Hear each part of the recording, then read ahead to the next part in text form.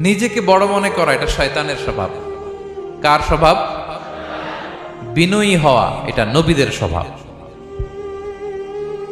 আল্লাহ তাআলা ফেরেশতাদেরকে বলেছিলেন উসজুদু লি আদম, তোমরা আদমকে সিজদা দাও।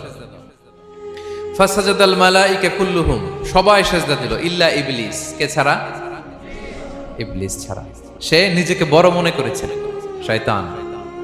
কিভাবে? সে লজিক খাটাইলো আল্লাহর সাথে। সে লজিক দিয়ে আল্লাহর বলে, আল্লাহ ক্বালা আনা খায়রুম মিনহু, আল্লাহ আমি কেন সিজদা দেব? আমি তো আদমের চেয়ে শ্রেষ্ঠ, আমি বড়।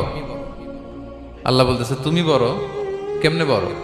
শয়তান বলে খলাকতানি মিন নার, আপনি আমারে বানাইছেন কি দিয়ে?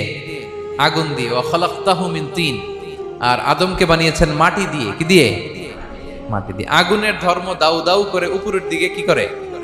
ওঠে, আর মাটি ঢিলা রেখে দিলে নিচে পড়ে যায়। তো সে যুক্তি দিয়ে বলতেছে আল্লাহ ঊর্ধ্বগামী কোন জিনিস তো নিম্নগামী কোন জিনিসের কাছে মাথা নোয়াতে পারে? যুক্তি, মনে রাখবেন, যুক্তি সব জায়গায় খাটে। যুক্তি দিল আল্লাহ আমি শ্রেষ্ঠ, তাকে বানাইছেন মাটি দিয়ে, আমারে বানাইছেন আগুন দিয়ে, আমি কেন মাথা নত? আমি বড়।